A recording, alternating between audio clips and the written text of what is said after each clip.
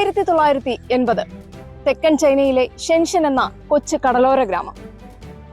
അല്പസ്വല്പം കൃഷിയും മത്സ്യബന്ധനവുമായി പുലരുന്ന ചെറിയൊരു കൂട്ടം മനുഷ്യർ. എന്നാൽ ഇന്ന് 6 കോടിയിലേറെ പേർ ജീവിക്കുന്ന ലോകത്തിലെ ഏറ്റവും വേഗത്തിൽ വളരുന്ന മഹാനഗരമാണ് ഷെൻഷൻ. അത്ഭുത നഗരം എന്ന വിളിപ്പേരുള്ള ഷെൻഷൻ എന്ന കടലോര ഗ്രാമം ലോകോത്തര നഗരമായി മാറിയത് വെറും 40 വർഷത്തിനുള്ളിലാണ്. ഹോങ്കോങ്ങിന്റെ സമീപത്തുള്ള ഷെൻഷനിൽ നിർമ്മിച്ച ഒരു തുറമുഖമാണ് ആ കടലോര ഗ്രാമത്തിന്റെ മുഖഛായ മാറ്റിയത്. 1980 പരീക്ഷണം എന്ന നിലയിൽ അവതരിപ്പിച്ച സ്പെഷ്യൽ ഇക്കണോമിക് സോൺ അഥവാ പ്രത്യേക സാമ്പത്തിക മേഖലാ പ്രഖ്യാപനം കൂടി എത്തിയപ്പോൾ ഷെൻഷനിന്റെ തലവര മാറി.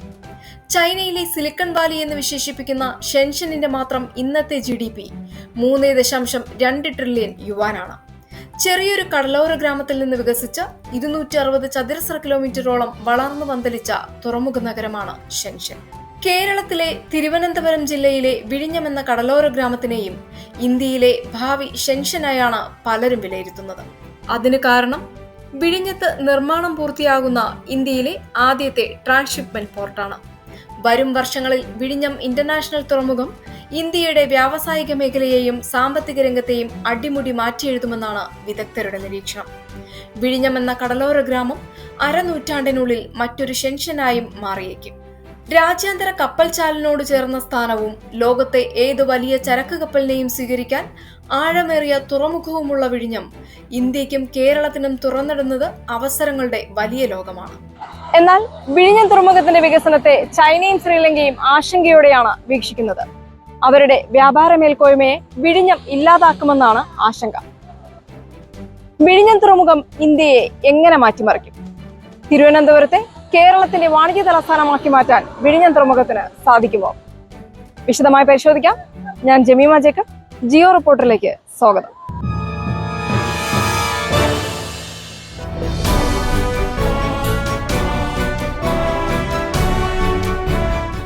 ലോകത്തിന്റെ ശാക്തിക ചേരികളെ എന്നും നിർണയിച്ചിട്ടുള്ളത് കടലിലെ മേധാവിത്വമാണ്. ഇന്ത്യയുടെ 10 പോലും വലിപ്പമില്ലാത്ത ബ്രിട്ടീഷുകാർ ഇന്ത്യയെ നൂറ്റാണ്ടുകളോളം അടക്കി ഭരിച്ചത് ഇംഗ്ലീഷ് നാവികസേനയുടെയും വാണിജ്യ കപ്പലുകളുടെയും കരുത്തിലായിരുന്നു.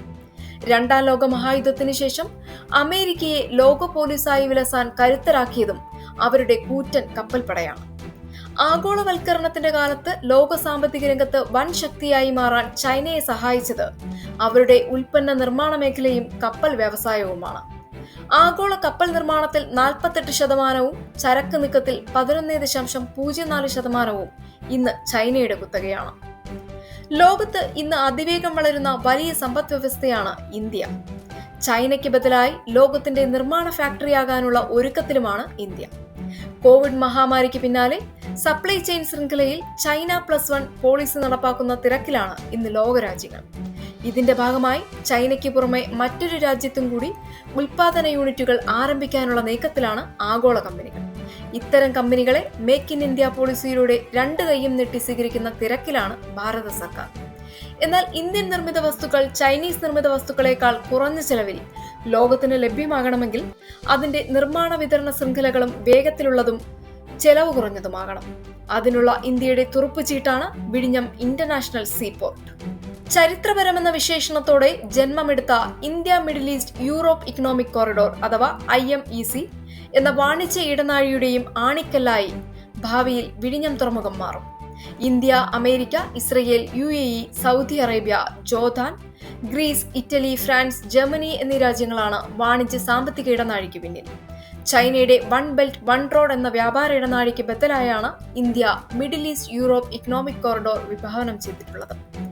ഇന്ത്യയിൽ നിർമ്മിക്കുന്ന ഉൽപ്പന്നങ്ങൾ കുറഞ്ഞ ചെലവിൽ അതിവേഗം യൂറോപ്പിലെത്തിക്കാൻ ഈ വാണിജ്യ ഇടനാഴി ഇന്ത്യയെ സഹായിക്കും.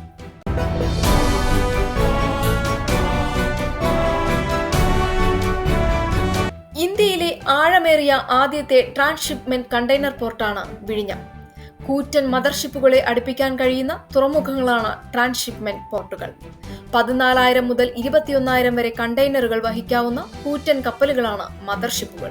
ഇവയ്ക്ക് 350 മുതൽ 450 മീറ്റർ വരെ നീളമുണ്ടാവും. ബഹുനില കെട്ടിടങ്ങളുടെ ഉയരമുള്ള ഇത്തരം കപ്പലുകളുടെ അടിഭാഗം കടലിനടിയിൽ 16 മുതൽ 20 മീറ്റർ വരെ താഴ്ചയിലാകും സ്ഥിതി ചെയ്യുക. വിഴിഞ്ഞം തുറമുഖത്തിന് പ്രകൃതിദത്തമായി തന്നെ 20 മുതൽ 24 മീറ്റർ ആഴമുള്ളതിനാൽ ഇത്തരം കപ്പലുകൾ സുരക്ഷിതമായി തന്നെ അടുപ്പിക്കാനാവും. കൂടാതെ ട്രഡ്ജിംഗ് ചെലവുകളും വിഴിഞ്ഞത്ത് വളരെ കുറവാണ്. ആഗോള ചരക്ക് നീക്കത്തിന്റെ 30% കടന്നുപോകുന്ന രാജ്യാന്തര കപ്പൽ ചാലിൽ നിന്ന് വെറും 10 നോട്ടിക്കൽ മൈൽ മാത്രം അകലത്തിലാണ് വിഴിഞ്ഞത്തിന്റെ സ്ഥാനം. അതിനാൽ തന്നെ ഇത്തരം മദർഷിപ്പുകൾക്ക് തങ്ങളുടെ പാതയിൽ നിന്ന് അധികം വ്യതിചലിക്കാതെ തന്നെ വിഴിഞ്ഞത്തെത്തി ചരക്കിറക്കാനും കയറ്റാനും കഴിയും. ഒരു തുറമുഖത്തു നിന്നെടുക്കുന്ന ചരക്ക് അവസാന സ്ഥലത്ത് എത്തുന്നതിന് മുൻപ് മറ്റൊരു തുറമുഖത്ത് നിർത്തി വേറൊരു കപ്പലിലേക്ക് മാറ്റുന്ന പ്രക്രിയയാണ് ട്രാൻസ്ഷിപ്മെന്റ്. ഉദാഹരണത്തിന്, ജർമ്മനിയിലേക്ക് ഇന്ത്യയിൽ നിന്ന് ചരക്ക് അയക്കണമെങ്കിൽ ചെറുകിട കപ്പലിൽ ചരക്ക് കയറ്റി നേരിട്ടയക്കാം. എന്നാൽ ഇങ്ങനെ ചരക്ക് അയച്ചാൽ ചെലവ് കൂടുതലാണ്. അതേസമയം ചെറുകിട കപ്പലുകളിൽ എത്തിച്ച് ശ്രീലങ്കയിലെ കൊളംബോയിൽ നിന്നോ ദുബായിൽ നിന്നോ സിംഗപ്പൂരിൽ നിന്നോ ജർമ്മനി വഴി പോകുന്ന മദർഷിപ്പുകളിൽ മാറ്റി കയറ്റി അയച്ചാൽ ചരക്ക് കടത്തിന്റെ ചെലവ് കുത്തനെ കുറയും. നിലവിൽ മദർഷിപ്പുകൾ കയറുന്ന പോർട്ടുകൾ രാജ്യത്തില്ലാത്തതിനാൽ മറ്റിടങ്ങളിൽ നിന്ന് ഇന്ത്യയിലേക്ക് എത്തുന്ന കപ്പലുകളും കൊളംബോയിലോ ദുബായിലോ എത്തി ചരക്ക് ചെറു കപ്പലുകളിൽ കയറ്റി ഇവിടെയുള്ള പോർട്ടുകളിൽ എത്തിക്കേണ്ട സ്ഥിതിയാണുള്ളത്. എന്നാൽ ഇനി വിഴിഞ്ഞം തുറമുഖ പദ്ധതി യാഥാർത്ഥ്യമാകുന്നതോടെ ഈ കപ്പലുകൾക്ക് കൊളംബോയ്ക്ക് പകരം വിഴിഞ്ഞത്തേക്ക് നേരിട്ടെത്താം. ഇതോടെ സാമ്പത്തിക ലാഭമാണ് കമ്പനികൾ പ്രതീക്ഷിക്കുന്നത്. വിഴിഞ്ഞത്തെത്തുന്ന കണ്ടെയ്നറുകളിൽ 90% ട്രാൻസ്ഷിപ്മെന്റിനായി എത്തുന്നവയാകുമെന്നാണ് തുറമുഖത്തിന്റെ നിർമ്മാണ പങ്കാളിയായ അദാനി പോർട്ട് പറയുന്നത്. മറ്റു കപ്പലുകൾക്ക് ചരക്ക് മാറ്റത്തിന് വേദിയൊരുക്കുകയാണ് വിഴിഞ്ഞത്തിന്റെ പ്രധാന ഉദ്ദേശം. നിലവിൽ കൊളംബോയിൽ ഒട്ടേറെ പോർട്ടുകളിൽ നിന്ന് കപ്പലുകൾ എത്തുന്നതിനാൽ ചരക്ക് മാറ്റത്തിനായി ദിവസങ്ങൾ കാത്തുകിടക്കേണ്ട സ്ഥിതിയുണ്ട്. ഇവ ഒഴിവാക്കാൻ വിഴിഞ്ഞത്തിന്റെ വരവിലൂടെ സാധിക്കും.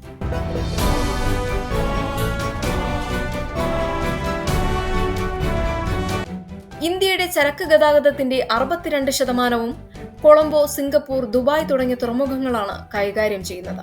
ഇതിൽ 16% കൈകാര്യം ചെയ്യുന്നത് ശ്രീലങ്കയിലെ കൊളംബോ പോർട്ടാണ്.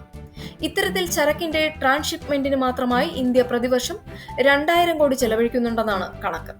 7700 കോടി രൂപ ചെലവഴിച്ചാണ് വിഴിഞ്ഞം തുറമുഖത്തിന്റെ 1ാം ഘട്ടം നടപ്പാക്കുന്നത്. പൊതു സ്വകാര്യ മേഖലയിലാണ് പദ്ധതി. കേന്ദ്ര സംസ്ഥാന സർക്കാരും സ്വകാര്യ മേഖലയിലെ അദാനി പോർട്ട് ലിമിറ്റഡും ചേർന്നാണ് വിഴിഞ്ഞം തുറമുഖത്തിന്റെ നിർമ്മാണവും നടത്തിപ്പും.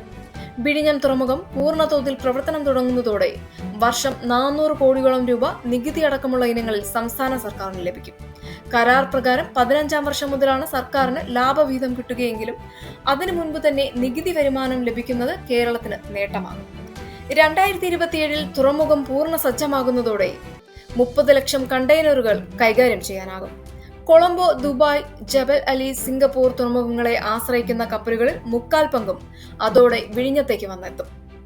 തുറമുഖത്തിന് വർഷം 2500 കോടിയുടെ വരുമാനമാണ് പ്രതീക്ഷിക്കുന്നത്.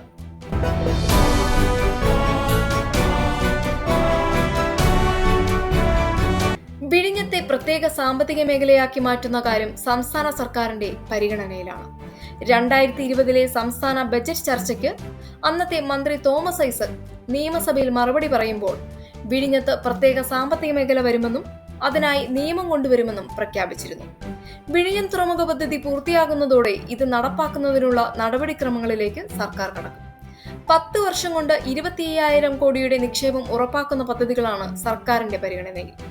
ഔട്ടർ റിംഗ് റോഡും ഇതിനോട് ബന്ധപ്പെട്ട ഗ്രോത്ത് കോറിഡോറും വിഴിഞ്ഞം തുറമുഖവും ഉൾപ്പെടുന്നതാണ് ഷെൻഷൻ മാതൃകയിലുള്ള വികസന പദ്ധതി.